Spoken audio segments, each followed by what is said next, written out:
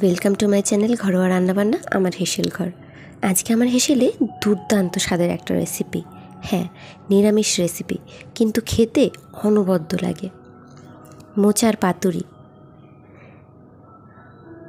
একবার খেলে বারবার খেতে ইচ্ছে করবে, এত টেস্টি হয় এই পাতুরিটা। তার জন্য প্রথমে মোচা ছাড়িয়ে নিতে হবে। মোচার ভেতরে যে শক্ত অংশটা থাকে শীষের মতন, সেটা তুলে ফেলে দিতে হবে। আর সামনের দিকেও ছোট্ট একটা পাপড়ির মতন থাকে, সেটাও ফেলে দিতে হবে। দিয়ে মোচার ফুলটা খুব ভালো করে পরিষ্কার করে একদম কুচি কুচি করে কেটে নিতে হবে। খুব সুন্দর করে একদম ছোট ছোট করে কাটতে হবে।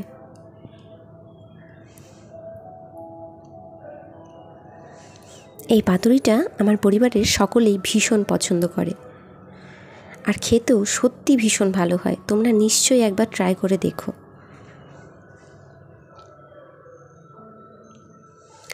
খুব ভালো করে কেটে নিয়ে মোচাটা একটু জলের মধ্যে কিছুক্ষণ ভিজিয়ে রাখতে হবে, তাহলে মোচার কষটা উঠে যাবে। এতে করে মোচার যদি তিতো ভাব থেকে থাকে সেটা চলে যাবে এবং মোচার কালারটাও অনেক বেশি ব্রাইট হবে।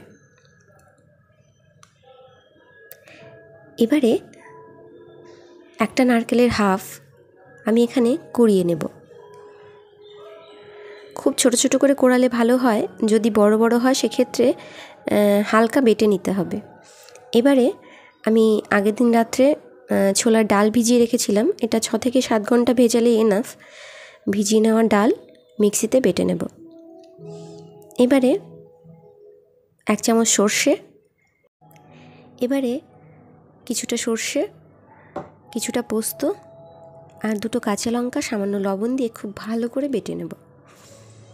এবারে একটা কড়াইয়ে কিছুটা জল গরম করে তাতে কেটে রাখা মোচা সিদ্ধ করে জলটা ফেলে দেব। হ্যাঁ, সামান্য লবণ দিয়ে সিদ্ধ করতে হবে। তোমরা যদি এখানে মোচার কালারটা একটু হলদে ধরনের পেতে চাও, এই সিদ্ধ করার সময় একটু হলুদ দিয়ে দেবে।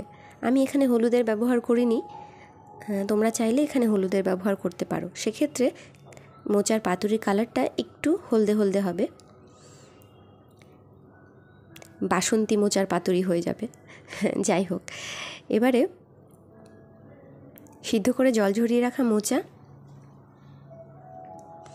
আর বেটে রাখা নারকেল আর বেটে রাখা ডাল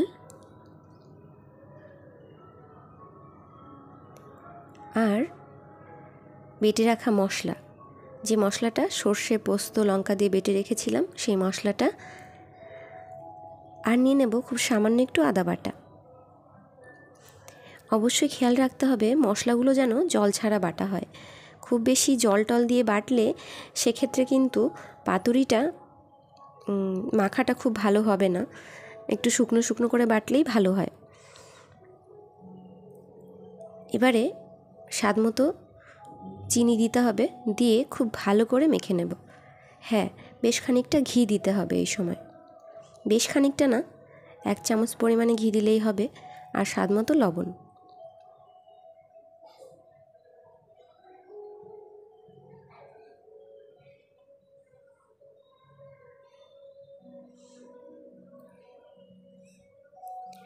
সব কিছু একসঙ্গে খুব ভালো করে মেখে নেব।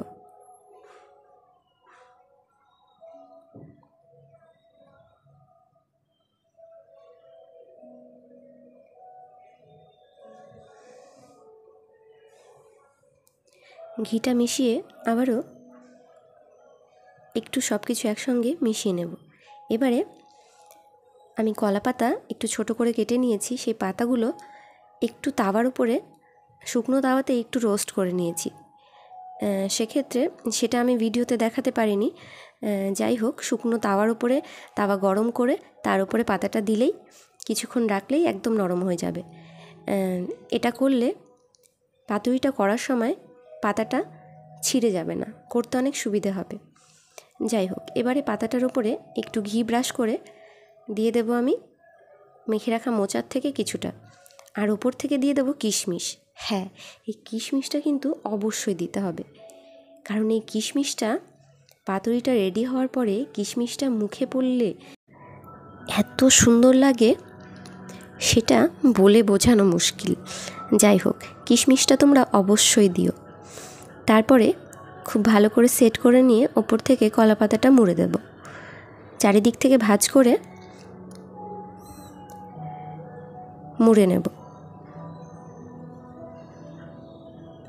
একে একে এখানে আমি 3টে পাতুরি করেছি, তোমাদের ইচ্ছে মতন তোমরা অনেকগুলোও করে নিতে পারো। বিশ্বাস করো, একটু বেশি করলেই ভালো হয়, কেন কি খেতে এত ভালো লাগে, একটা খেয়ে কিন্তু একদম মন ভরবে না। যাই হোক, একে একে আমি 3টে পাতুরি রেডি করে নিয়েছি। এবারে তাওয়া বসিয়ে তাওয়া গরম করে নেব। তার উপরে দিয়ে দেব খানিকটা সর্ষের তেল। তোমরা এখানে তেল ছাড়াও করে নিতে পারো। ননস্টিক প্যান হলে তার উপরে দিয়ে ঢাকা দিয়েও করতে পারো, কিন্তু যেহেতু আমার প্যানটা ননস্টিক নয়, সেক্ষেত্রে একটু তেল আমি ব্যবহার করেছি, না হলে প্যানটা একদম পুড়ে যাবে।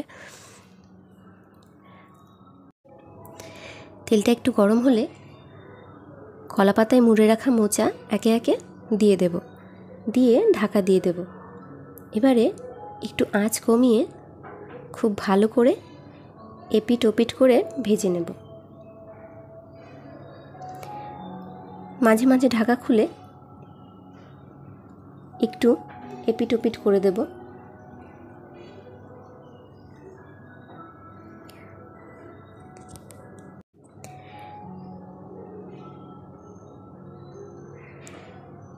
পাতাটা দু সাইডে একটু পোড়া পোড়া হয়ে গেলেই আমাদের পাতুরি একদম রেডি হয়ে যাবে। এই দেখো, খুললেই কি লোভনীয় লাগছে দেখতে। এবারে গরম গরম ভাতের সাথে পরিবেশন করো এই দারুণ স্বাদের পাতুরি।